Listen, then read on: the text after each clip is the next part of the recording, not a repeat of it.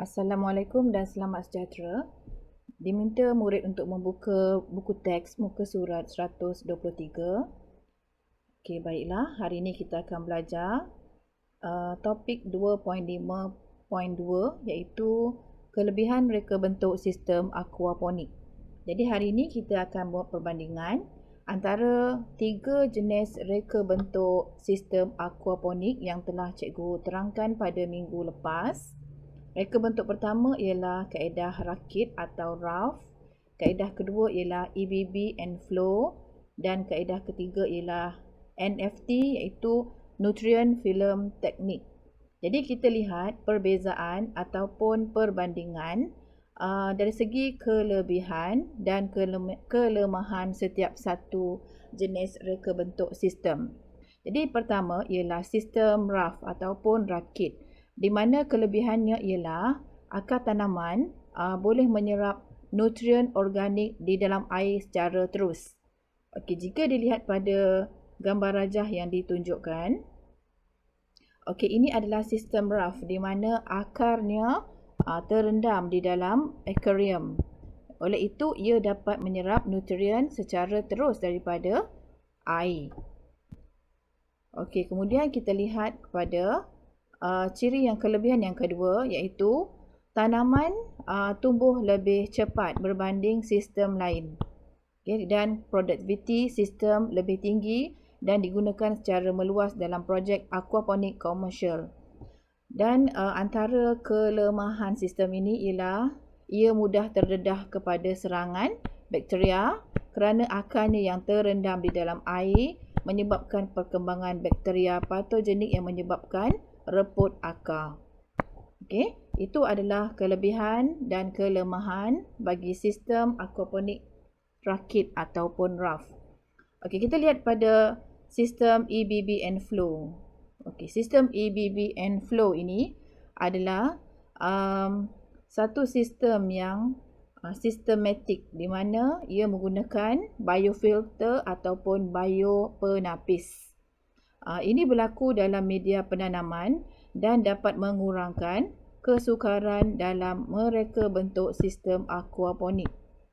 Jadi, biji benih nursery boleh ditanam terus di dalam media penanaman. Media penanaman yang digunakan ialah seperti batu kerikil. Okey, ini adalah media penanamannya menggunakan batu kerikil, hydroton atau media yang sesuai. Okey, ini adalah contoh bagi media penanaman. Jika dilihat, ia adalah seperti hydroton. Okey, hydroton ni bentuknya bulat-bulat ya, seperti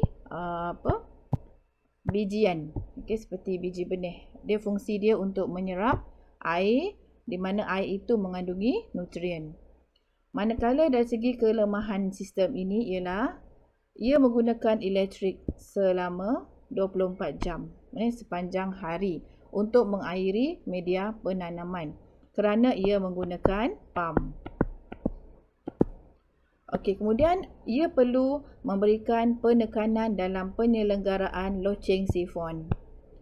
Okey, perlu pastikan loceng sifon ini sentiasa berfungsi kerana jika ia tidak berfungsi akan menyebabkan air melimpah, air di dalam kolam berkurangan dan kemudian ikan akan mati.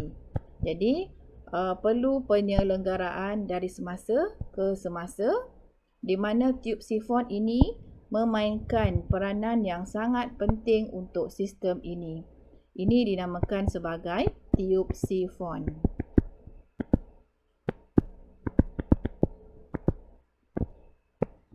Kemudian kita lihat perbandingan jenis yang ketiga atau reka bentuk NFT iaitu nutrient film technique. Di mana untuk sistem ini air yang digunakan untuk mengairi tumbuhan adalah sangat sedikit dan pam yang digunakan pula agak kecil. Ini adalah pam ya. Dan penggunaan air yang sangat sedikit. Okey, ini adalah airnya dan ini adalah pam. Produktiviti ini tidak setinggi sistem raft. Maksudnya hasilnya tidak sama seperti sistem RAF, tetapi ia cukup memberikan hasil yang memuaskan.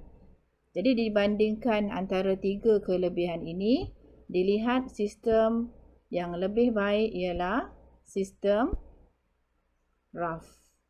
Ya, kerana akarnya terus mendapat nutrien daripada air. Manakala kita lihat kepada kelemahan sistem NFT ini berbanding sistem yang lain di mana ia memerlukan penapis tambahan bagi memastikan kotoran tidak masuk semula ke dalam tangki. Okey, jika dilihat di sini, kita perlukan satu lagi penapis di sini. Ya, penapis supaya kotoran tidak masuk semula ke dalam akuarium. Sampah, mungkin sampah daripada akar-akar tersebut, jika ia mengering, akan masuk semula ke dalam tangki akuarium yang mengandung ikan dan boleh menyebabkan tangki akuarium menjadi kotor. Manakala yang kedua, dari segi kelemahannya ialah ia tidak boleh terus penyemaian biji benih di situ. Seperti pada sistem sifon tadi. Jadi penyemaian biji benih tidak boleh dilakukan secara terus dalam sistem ini. Jadi ini adalah perbandingan antara tiga jenis reka bentuk, iaitu sistem RAF, EBB and flow, dan satu lagi ialah NFT. Jadi kita boleh fahami perbandingan ini untuk menjelaskan supaya kita boleh pilih manakah teknik ataupun sistem yang boleh ataupun yang lebih baik digunakan. Seterusnya kita pergi kepada soalan penilaian ataupun soalan menguji minda. Jadi setelah diterangkan antara kelemahan dan kekuatan ketiga-tiga reka bentuk, okey, pertama cuba senaraikan media tanaman yang digunakan dalam sistem EBB and flow. Okey, sistem EBB and flow dia menggunakan media penanaman. Jadi apakah media penanaman yang telah diterangkan tadi? Okey, jawapannya ialah berada di sini. Okey, media penanaman yang digunakan ialah kerikil, hidroton atau media penanaman yang sesuai. Okey, nyatakan kelebihan sistem NFT berbanding sistem RAF.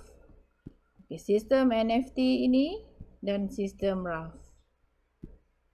Okey, yang di atas ni.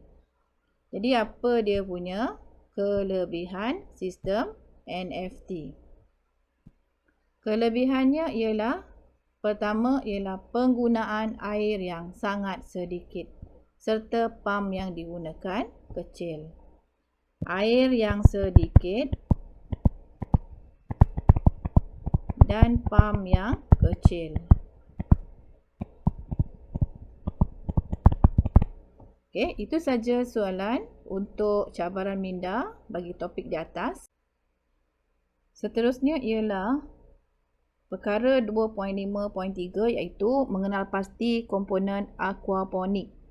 Komponen yang utama ialah tangki ikan, di mana tangki ikan ialah tempat untuk memelihara ikan sebagai sumber nutrisi. Tangki ikan boleh juga daripada kolam simen, akuarium, kolam fiberglass, drum plastik atau lain-lain yang sesuai. Kemudian, jika menggunakan kolam, perlu pastikan kuantiti airnya lebih besar bersesuaian dengan saiz bekas atau jumlah tanaman yang akan ditanam.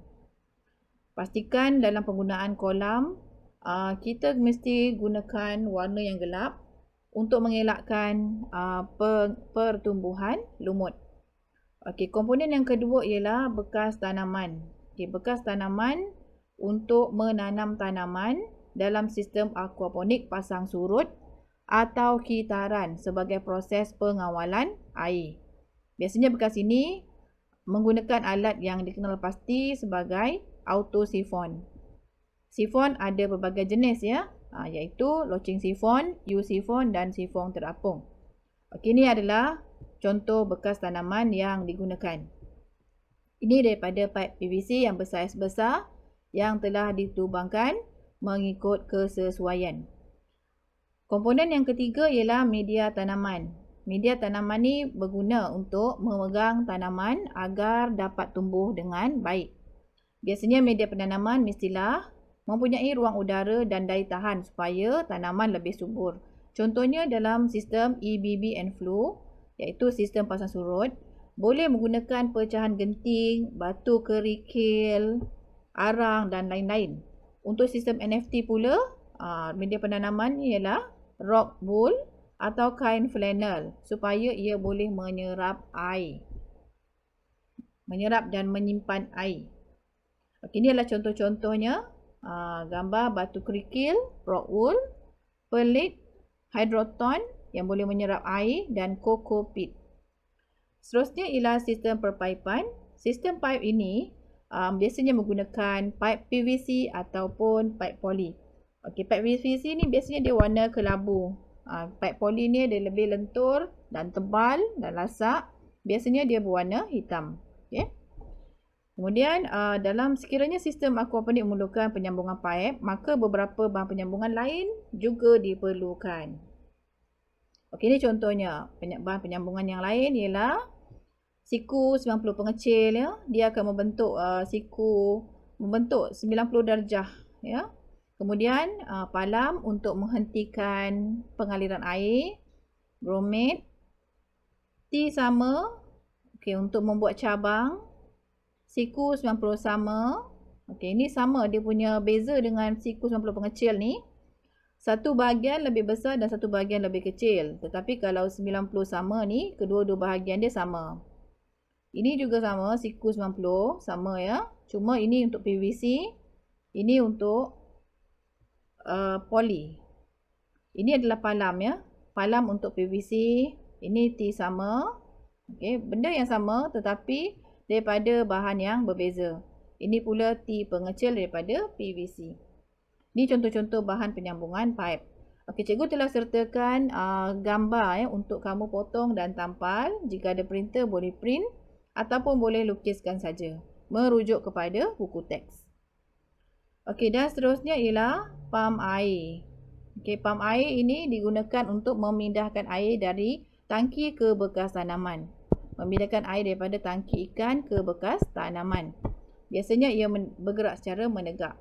Dan pemilihannya mestilah sesuai dengan saiz tangki ataupun bekas tanaman. Seterusnya ialah penapis. Okey, penapis ini tujuan dia untuk menyingkirkan pepejal. Okey, apa-apa saja yang mungkin menghalang menyebabkan pam ni rosak ya. Jadi perlu ada penapis untuk memastikan air menjadi bersih dan jernih. Selain itu, penapis digunakan untuk elakkan pam daripada tersumbat.